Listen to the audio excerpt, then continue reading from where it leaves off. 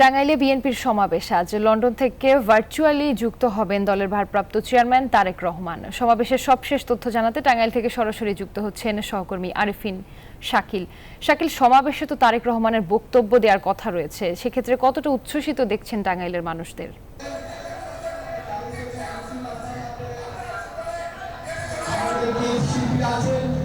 ধন্যবাদ জান্নাত। মূলত এখন পর্যন্ত সমাবেশের আনুষ্ঠানিক যে কার্যক্রম সেই কার্যক্রম শুরু হয়নি। মূলত বিএনপির ভাইস চেয়ারম্যান, টাঙ্গাইল জেলা বিএনপির সাবেক সাধারণ সম্পাদক আব্দুল সালাম পিন্টুর সহ রাজবন্দীদের মুক্তির দাবিতে আজকের এই সমাবেশ আহ্বান করা হয়েছে এবং এই সমাবেশে মূলত এরই মধ্যে টাঙ্গাইল জেলার বিভিন্ন জায়গা থেকে বিএনপি নেতাকর্মীরা যুক্ত হয়েছেন এবং তারা মিছিল নিয়ে আসছেন, খণ্ড খণ্ড মিছিল নিয়ে আসছেন। আমরা একটু এই সমাবেশের সার্বিক বিষয় নিয়ে একটু জানতে চাই বিএনপির প্রচার সম্পাদক সুলতান সালাউদ্দিন টুকু, আপনাকে জানতে চাই আজকের সমাবেশের মাধ্যমে কি বার্তা আপনারা দিতে চাচ্ছেন?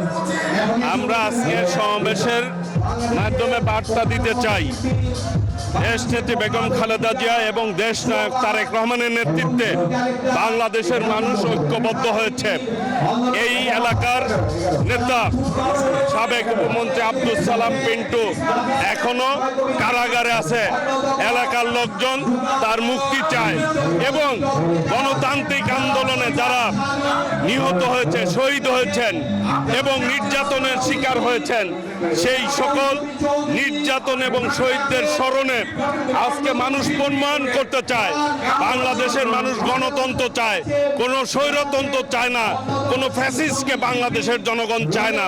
বাংলাদেশের মানুষ আগামী দিনে দেশ নায়ক তারেক রহমানের নেতৃত্বে বসুন্ধরা টিস্যুতে ছাড়ের ছড়াছড়ি। বসুন্ধরা টিস্যু নিয়ে এলো নিশ্চিত ছাড়।